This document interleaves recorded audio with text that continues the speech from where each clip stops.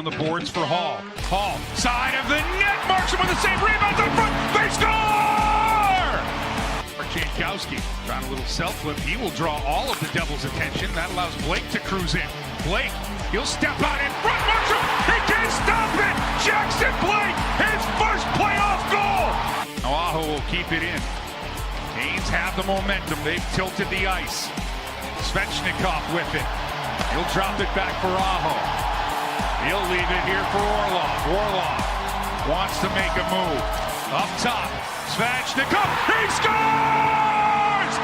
Gossespierre looking for a lane. Jarvis thought about teeing it up.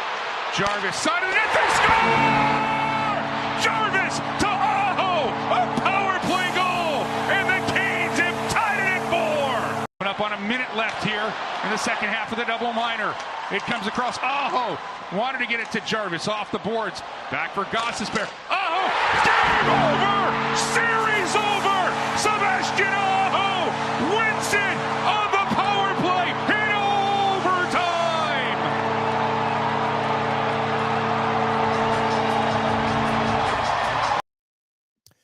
Any good? Yeah. Had it all the way. Hi, everyone. I am Adam Gold. This is the Canes Corner podcast. A little bit later start time than I had hoped, anticipated. We're only about 90 minutes late, if you think about it. I mean, we played more than 80 minutes of hockey for the second time in 5 games. Canes won at 5-4. We are brought to you by the Aluminum Company of North Carolina. If it is for the exterior of your home, you can find it at the Aluminum Company of North Carolina on Hamlin Road in Durham. Sammy Hanna and his crew do a great job. You should check them out for all of your home exterior needs. I mean, what do you say after a game like this, which had everything? It had awful. It had unbelievable. It had snake bit. It had, oh, we're going to do all of this and still get disappointed. But you know what it really had? What this game really had? It had the 2 single most important players who aren't goaltenders come through. That's what it had.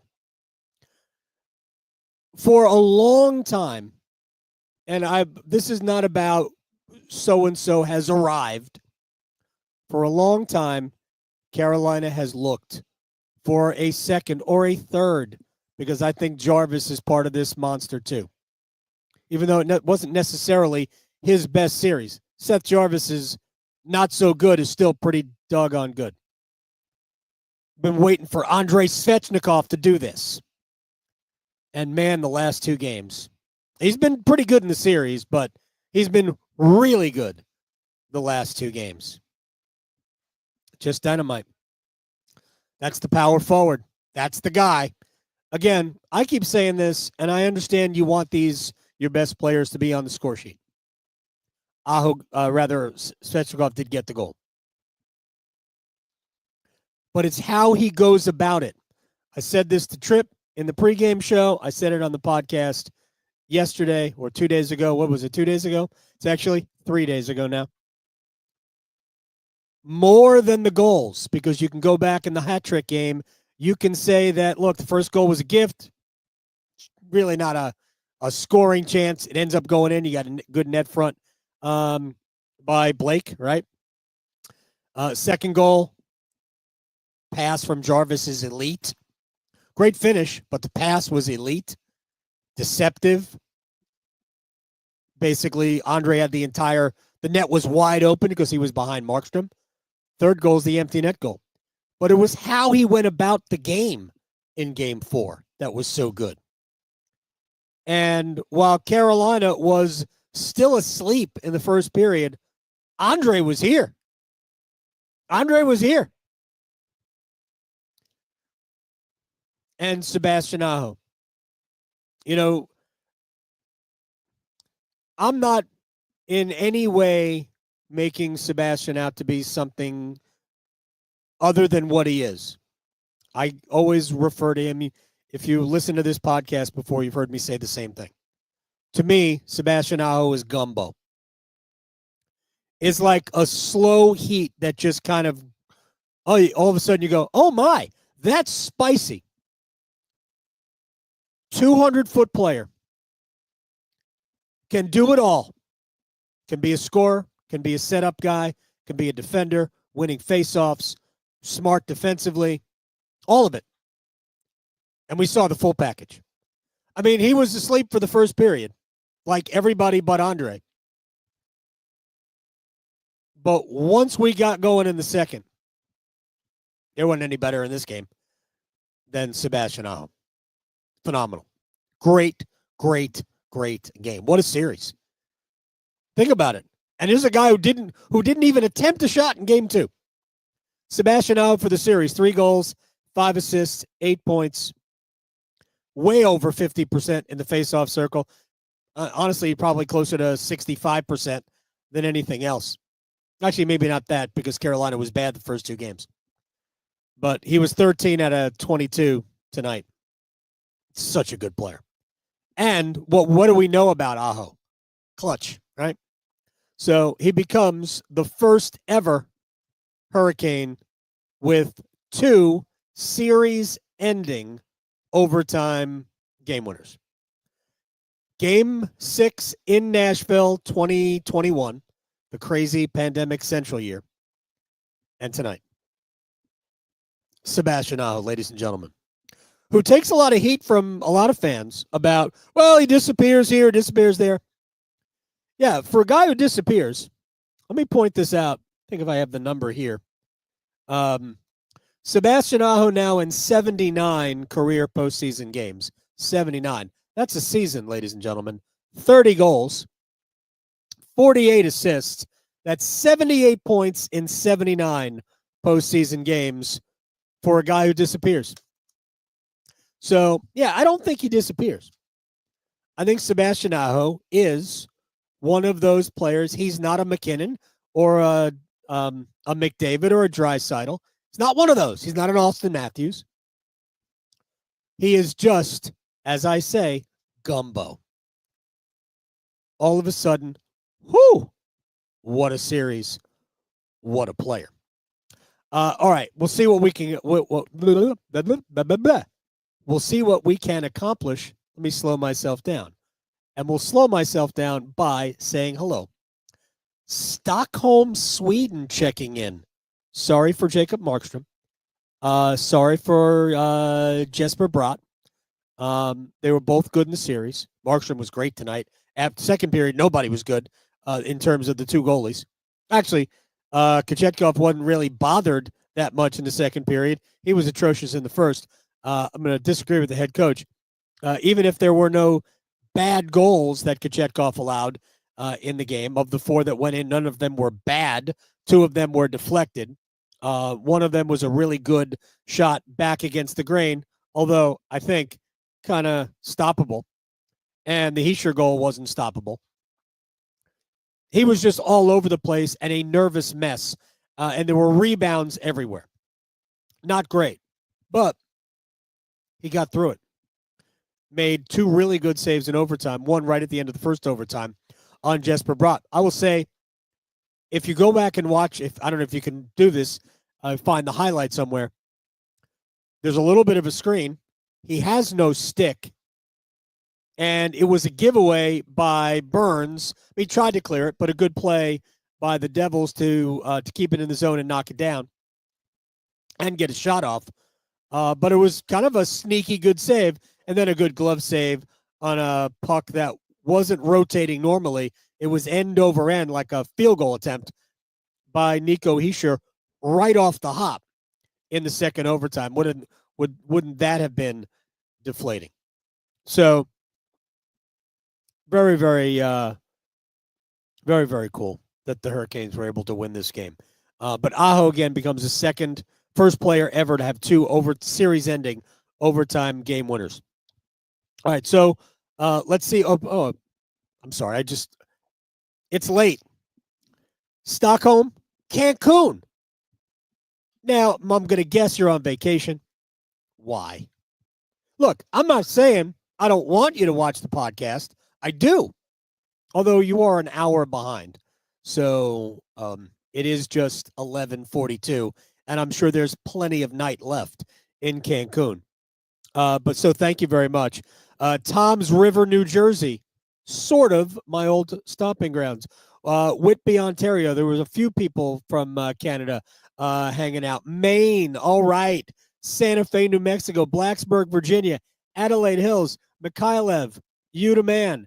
I believe right now it is Saturday afternoon in Australia. Huntington, West Virginia, Sumter, South Carolina, Denver, Colorado. I know you're big Jacob Slavin fans. Guatemala. Yeah. Bluefield, West Virginia, Indianapolis, Seattle. By the time I wrote all these down, there are probably more. So shouts to all of you for hanging out. And quickly, please subscribe to it, rate it, review it, wherever you get your podcasts. Give us some feedback. I appreciate all of you spending time with us, especially when it's at this late hour. So before we get into the game a little bit, and, there's a lot of good and there's a lot of bad, and we ain't going to talk about the bad because nobody cares. We don't care anymore because the game is over and the Hurricanes are moving on. I tend to run a little bit sentimental when it comes to sports. In many ways, it's that part of me that has made me an English Premier League fan, because those clubs are extensions of the community. I think there are a lot of similarities about the way we feel about the Hurricanes as a franchise. But to me, European football, those clubs are a lot like the colleges we root for. So rather than get into that, I run emotional. And I will say that for the first time, the Hurricanes have been winning a lot of playoff series since Rod Brind'Amour has been the head coach. There were 2 playoff series wins in 19. There was 1 in 20 in bubble hockey. There were 1 in 21, 1 in 22, 2 in 23, 1 last year, 1 already this year. I have not been moved like I was tonight by the handshake line. And it wasn't about the win, to be honest. It was about watching everybody embrace Brett Pesce. There are guys who belong here. I am not criticizing anybody. I thought the Hurricanes did the right thing by, unfortunately, letting Brett go into free agency. And I don't want to get into why I think it was. I just think the Hurricanes made the right decision there. But holy cow, he is such a Hurricane. To see the embrace, Sebastian Aho stopped short of saying it, but I wish he had. To see the love that those players had for each other, whether it's Aho or Slavin or Staal. I mean, there was so much emotion there and respect. The head coach, man, it got me. So I'll leave out one of the words I used because in my position, I'm not friends with any of the players, okay? But I do know them. And I will at times text back and forth with players. Nothing earth-shattering. And Brett is somebody I miss. Brett and I had a very fun, reporter-player relationship. He always gave me a hard time. I gave it back to him. We had a good time. I think there's mutual respect there. Anyway, watching him for 5 games made me, I had FOMO. I wish he was still here. I wish we could trade for him and take him into the rest of the postseason. Can we just borrow him, go back to English football? Can we have him on loan from the Devils? So I sent him a text as soon as the game was over, and I just said, it was an honor to watch you play these 5 games. A bleeping honor. Have a good summer. So he responded. I didn't expect him to, but I figured since he did, I would share it because it's not necessarily super personal. My man, really appreciate you, dude. Miss all you guys. Go win that mug. And I know when he said miss all you guys, he misses this team. You could tell when he talks about it, he misses this team. Hey, business is business. But, man, it was awesome to watch him play for 5 games. For those people who listen to the post-game show where I have to do 3 stars and a player of the game because we have sponsors, thankfully, I did the 3 stars, and I gave Brett Pesce the player of the game. Missed the hell out of that dude. All right, sentimentality over. But I might have been a word, might not have been. So let's go piece by piece here. Let's flush the first period. And I said to Walt Ruff in the first intermission, and I meant it, while Carolina was trailing 3-0 after 1, and they had a little push at the end of the first period, I said to Walt in the intermission, I said, we're going to come back and win this game. I felt very confident. And the reason I felt that way was because I thought ultimately Carolina was going to play the second period like they should have played the first period, which is ferociously. And this is what we know about New Jersey. Pesce and Dumoulin were awesome. Ain't nobody else that should have given Carolina any problems. And those guys had to play too many minutes, especially when you're going past 80. It was a matter of time before, if Carolina could just get one, hey, be nice to get one early and you started on a power play. If you could just get one, you were going to get plenty. And it took 5 minutes and 40 seconds to tie the game. I thought after the first goal that it was a given that it was going to happen. And it reminded me of a regular season game, believe it or not, against Vancouver. And this is before the Hurricanes started making the playoffs again. Carolina was playing the Canucks. Canucks weren't any good. They're playing the Canucks here. And for those people who used to come to games, I used to do there was like a little video I would just, before I was doing the podcast, before any of this stuff. And I used to do a video after the second period, a little hype video, get everybody going. And Carolina had given up a bunch of goals in the second period and trailed. I think it was 5-2 that they trailed. 5-2? Yeah. 5-2 they trailed. And the video began with me going, forget that period. Right? Ignore it like it didn't happen. They wouldn't run it because they felt I was being negative. I don't even care. That's not the point of this. The point is they came out in the start of the third period and lit Vancouver on fire. It literally took them like 5 minutes to take the lead. From 5-2 down to 6-5 up. Now, they gave up a goal. They ultimately won at 8-6, I believe, that game. But that's what the beginning of this period reminded me of. It was just an assault. Stankoven takes the shot. It doesn't look like it's going to get across the line. Hall pushes it across. That makes it 3-1. Jackson Blake on a good smart play by Mark Jankowski, who I think stays in the lineup. If Rod Brindamore really wants to get Jack Roslovic back in the game, back in the lineup, it's going to be at somebody else's expense. I'm telling you, Mark Jankowski needs to play. Became big on the penalty kill, right? You can replace somebody on the power play. But if one of your penalty killers is in the penalty box, or heaven forbid 2 are in the penalty box, you need guys who can kill penalties. Jankowski's got length. He can win faceoffs. Smart player. Love him. Loved him tonight. Really loved him in game 4. But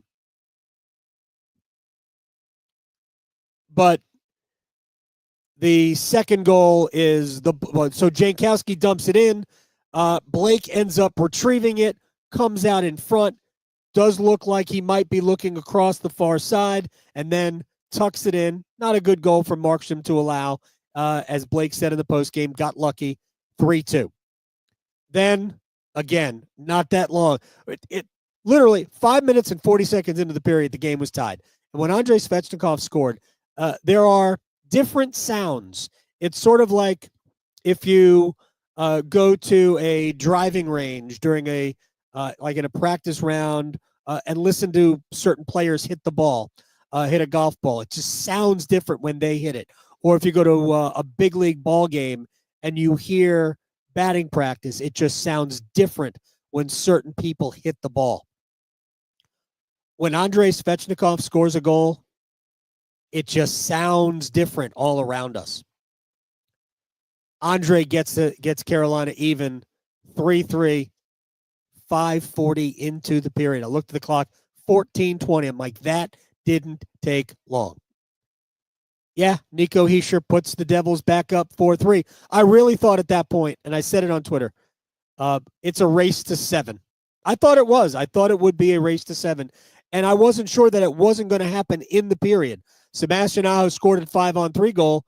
There were still 8.5 minutes left in the period when Aho tied it with a one-timer from, the right face-off circle right in front of me as I'm looking down on the ice.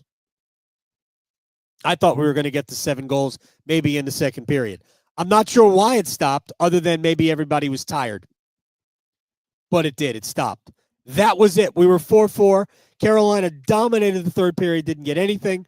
Dominated the first overtime, didn't get anything. And you knew, by the way, I have numbers for Carolina from the third period through. Even though Carolina scored 4 times in the second period, New Jersey had plenty of opportunities. They missed the net a little bit. Kochetkov, while he was still, I think, very, very suspect in the game because there were tons of rebounds, Carolina got a little bit better. The quality of the chances was somewhat diminished, but the Devils had the puck and had plenty of opportunities to tack on more goals. And that's, to me, the second period is probably where New Jersey goes, man, yeah, okay, we gave up 4, but we could have had 2 or 3. But they just got the 1. And again, Kochetkov made a couple of saves, but boy, it was not a good look tonight, I don't think. Again, I don't want to bash him because he won his first ever playoff game that he started. He had started 2 other games before, both losses. This was a big one for him. Maybe, if I can draw an analogy to another sport, maybe it was sort of like Rory McIlroy finally getting over the line at the Masters. Maybe this will free him up, much like Andrei Svechnikov gets freed up after getting the 3 goals. And now I thought today was a better game for Andrei, and he scored once. Today was the better game than Game 4, and he was really good in Game 4, but I thought he was better tonight. And then Carolina dominates the overtime. First overtime, you go, oh, man, we're going to give up a cheap one, aren't we? And then the Devils had the first chance, 2 chances maybe, in the second overtime. Nico Hischier, good opportunity, high slot, and puck's kind of knuckling a little bit, more over, like rolling over, and Kochetkov got the glove to it, melted it down, and then not that long after that, Jesperi Kotkaniemi draws the double minor from Dawson Mercer. We had just under a minute left in the period in the power play in the double minor when Aho scored the goal. So just an incredible, incredible night. I always thought this team was coming back. Always thought they were going to come back. The first period was just atrocious. It isn't even worth getting into. I know there were a lot of people blaming Kochetkov. he was no good, but I don't believe the first period can be blamed on him. I think he had too much help being no good. Carolina was really bad in the first period. I joked in the first intermission that Carolina didn't get the memo that it was a 7:30 start. Like the little start of the normal, a little later than normal. Everybody should have been here on time, but nope, that isn't what happened. So here are the numbers from the third period on, and I went to Natural Stat Trick for these. 5-on-5. The Hurricanes had 51 shot attempts and the Devils 14. So this is 40 minutes plus 4:17 of the second overtime. Right? And again, a lot of that was, the Devils were killing off a penalty in the second OT. But just over 44 minutes of hockey at 5-on-5. Carolina, 51-14 shot attempts. 11, I'm sorry. So that's just the shot attempt numbers at 5-on-5. Now, bring it to all situations. Remember, the Devils had power plays too. Devils were, I believe, officially 0 for 3 tonight, although they did score a power play goal. It was they scored it just after the power play expired. In all situations tonight, Carolina, from the third period to the end of the game, 71 shot attempts to 20 for the Devils. This is in all situations. 11 grade A scoring chances to 0 for the Devils. And in just normal scoring chances, 32-7 advantage. That's what Carolina did to New Jersey with the way they play. Wasn't like it was spectacular defending in their own end. It was, we have the puck and we are putting this pressure on you. That's what we didn't see in the first period. We saw early in the second period, but then it just became all over the place. It was a messy period. But that's what Carolina did to New Jersey today. They possessed the puck to death of the New Jersey Devils. All right. Going back, we don't have a ton more time here. Going back, how far do you want to go back? The Hurricanes' power play has been atrocious. And there are still times where you go, what are you doing? Can you please move bodies, move the puck quicker, all of that. And even within the game tonight, there were moments where you go, yeah, this just needs to be a little quicker.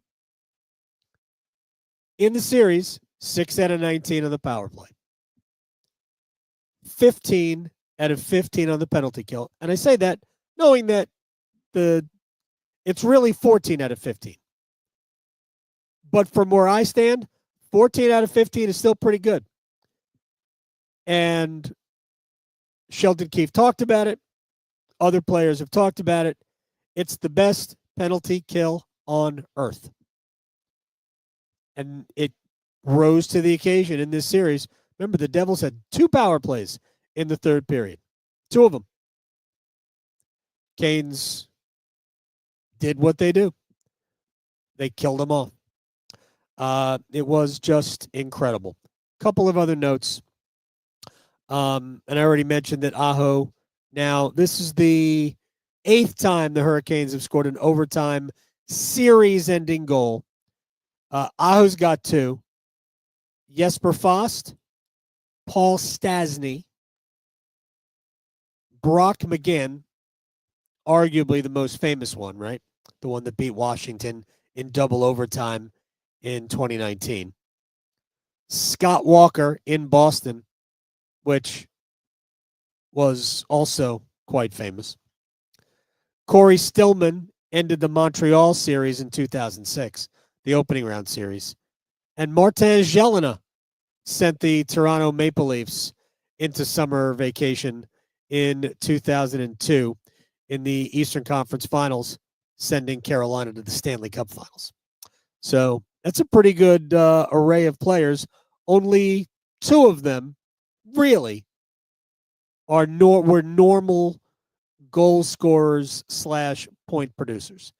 Corey Stillman in 06, and Sebastian Aho now twice.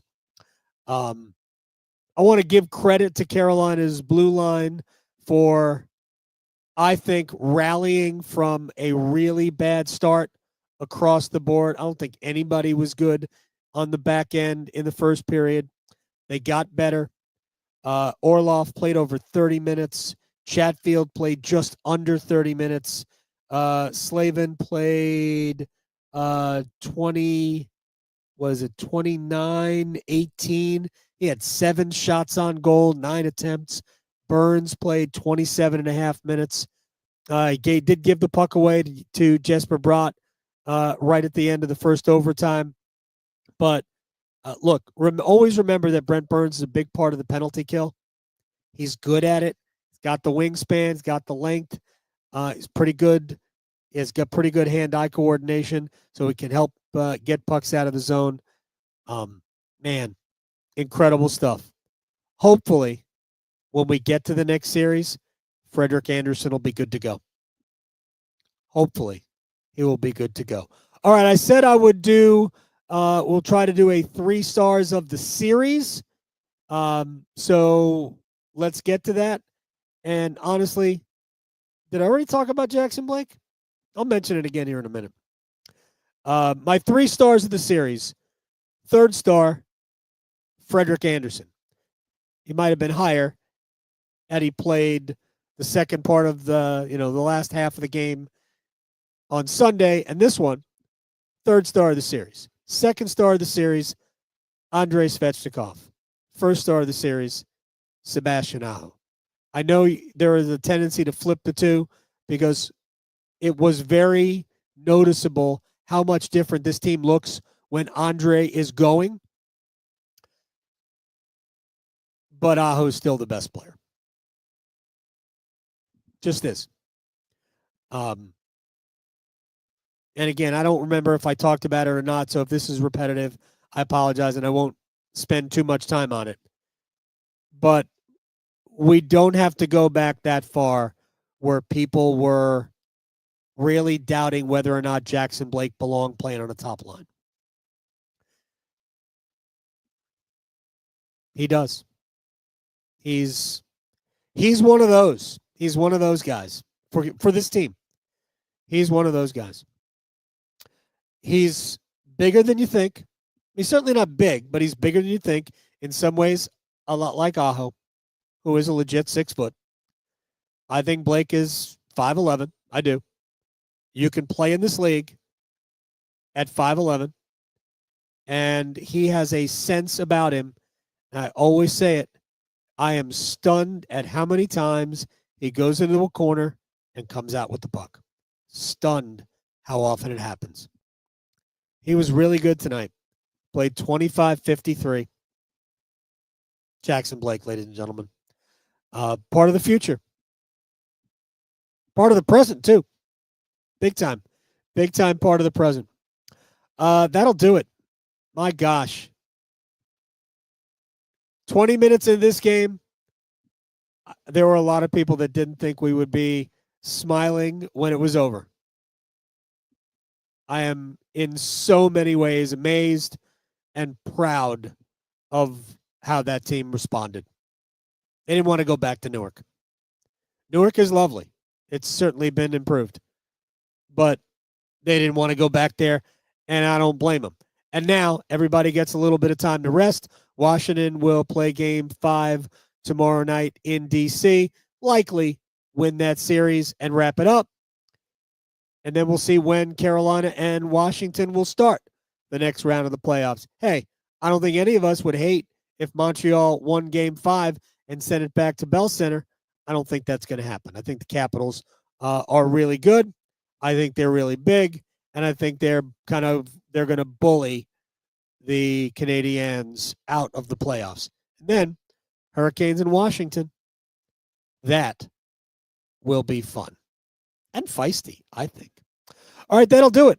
We are brought to you by the Aluminum Company of North Carolina. If it is for the exterior of your home, you can find it at the Aluminum Company of North Carolina on Hamlin Road in Durham.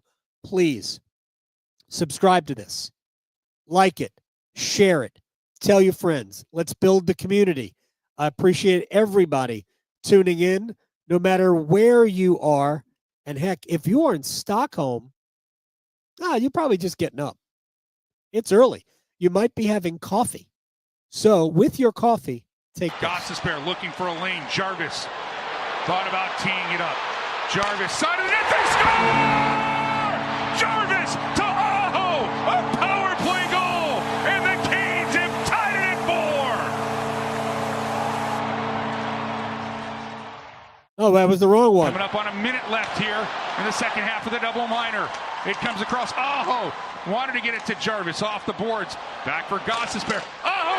Game over! Series over! Sebastian Aho wins it on the power play in overtime!